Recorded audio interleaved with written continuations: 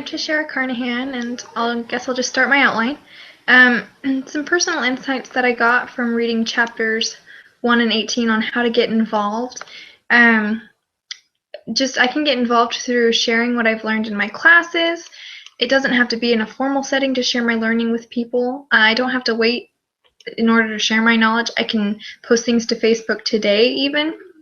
And that actually did happen a few days ago. I posted an article on how someone with same-sex attraction posted how he didn't believe in same-sex marriage, and I thought it was a great article, and I posted it, and I got quite a lot of flack from it, and people weren't very happy with me, but I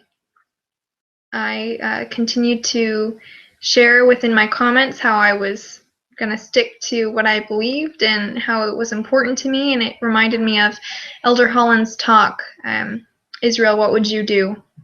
And how we need to stand up for what is right even when people don't agree with us, but we need to show love and compassion. I can start a blog writing articles about different topics. I did this with my family relations class, and I continue to keep that blog for a strengthening the family type thing.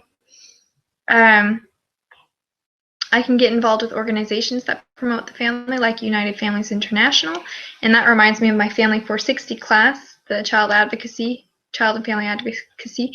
When you involve yourself in advocating with multiple different groups, you can get your voice heard even more. I really liked learning about the cooperative extension, the educational delivery system, and how it transmitted knowledge about families to the masses.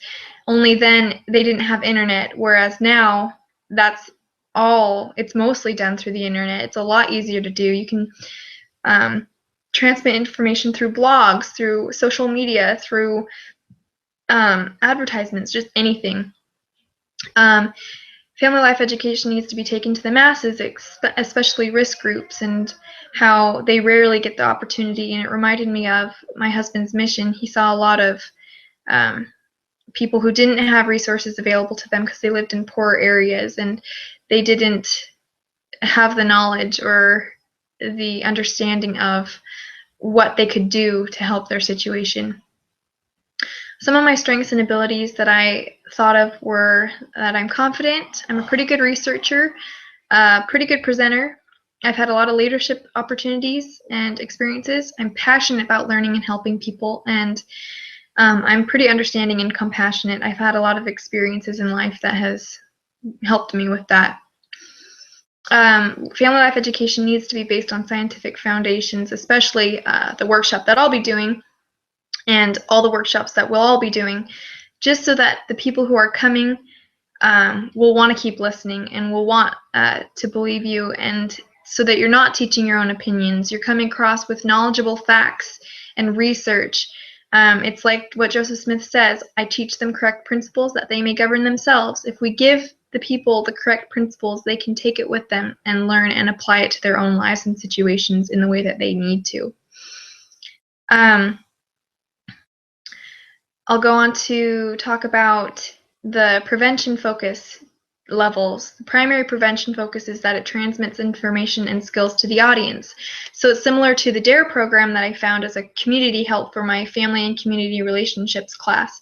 It's a program that teaches students in the middle and high school levels about the dangers of drinking and driving. A secondary prevention focus is working with audiences who have some signs of risk where intervention would prevent more serious problems, and this is my area of interest because I would like to help out as much as I can. I feel like if I can explain to someone who already has problems why things need to change, and then they do change them, I feel successful. It's like a parenting class. You give them materials when they're already struggling, and then if they fix them by using the materials, then they're good. Tertiary prevention focuses the audience already is experiencing distress, and educational programs alone will not be adequate. They require therapy as well. And this is actually what my workshop will be focused on, because I'm teaching to the audience that has pornography problems, and I'm teaching the effects of pornography and how changes need to be made in order to have successful relationships within the family. I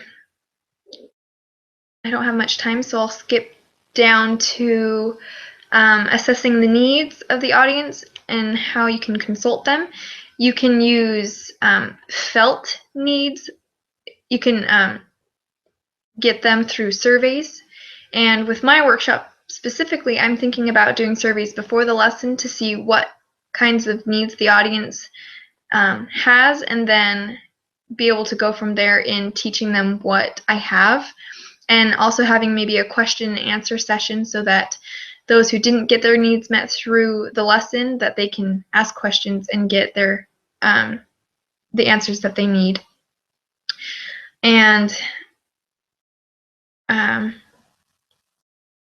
they said that in order to recruit some audiences, a suggestion was that you can provide childcare and refreshments. And this reminded me of my family stress and coping class when we talked about family councils, and how when the brethren have their councils, they always end their council with refreshments. And I think that it's an important way to bond together after a meeting, because it's something you can all do that's enjoyable.